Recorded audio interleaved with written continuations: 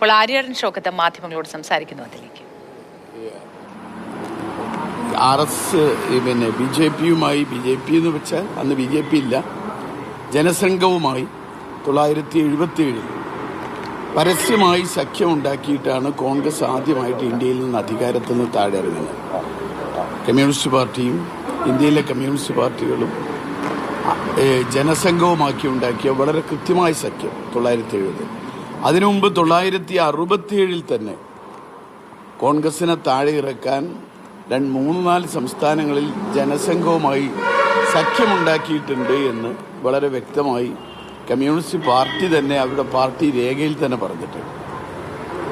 മാത്രമല്ല പിന്നെ V P സിംഗിനെ പ്രധാനമന്ത്രിയാക്കാൻ ഉണ്ടാക്കിയ ബന്ധം, ഇതൊക്കെ കഴിഞ്ഞ കാലത്ത് CPM വളരെ വ്യക്തമായി ജനസംഘമായിക്കോട്ടെ, RSS അടങ്ങുന്ന ജനസംഘമായിക്കോട്ടെ, ഇവരോടൊക്കെ സഖ്യമുണ്ടാക്കിയ ചരിത്രമാണ് നമുക്കുള്ളത്.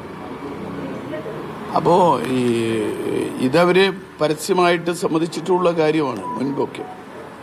അപ്പോൾ ഇനിയും അത്തരം സഖ്യങ്ങളൊക്കെ ഉണ്ടാവാനുള്ള സാധ്യതകൾ 100% ഉണ്ട്. അതിൻ്റെ ഏറ്റവും പുതുതായിട്ടുള്ള പരാമർശം ഞാൻ കണ്ടിട്ടില്ല. ആ സാധ്യതകൾ എല്ലാവർക്കും അറിയാവുന്നതാണ്. എന്തായാലും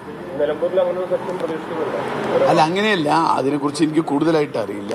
എന്തായാലും അതായത് CPM RSSുമായി ജനസംഘവുമായി അല്ലെങ്കിൽ ജനസംഘമടങ്ങുന്ന ജനതാ പാർട്ടിയുമായി ഒക്കെ വളരെ നേരത്തെ തന്നെ പല സഖ്യങ്ങളും ഉണ്ടാക്കിയിട്ടുണ്ട്. 1970 ഒരുമിച്ച് വോട്ട് പിടിച്ചതല്ലേ അവർ ഒരുമിച്ച്, അതൊക്കെ നമുക്ക് വളരെ വ്യക്തമായിട്ടറിയാം. പാലക്കാട് T. ശിവദാസ മേനോന് വേണ്ടിയിട്ട് LK അഡ്വാനിയായിരുന്നു അന്ന് വന്ന് പിന്നെ തെരഞ്ഞെടുപ്പ് കൺവെൻഷൻ ഉദ്ഘാടനം ചെയ്തു. അതൊക്കെ നമുക്ക് എല്ലാവർക്കും അറിയാവുന്ന കാര്യമാണ്.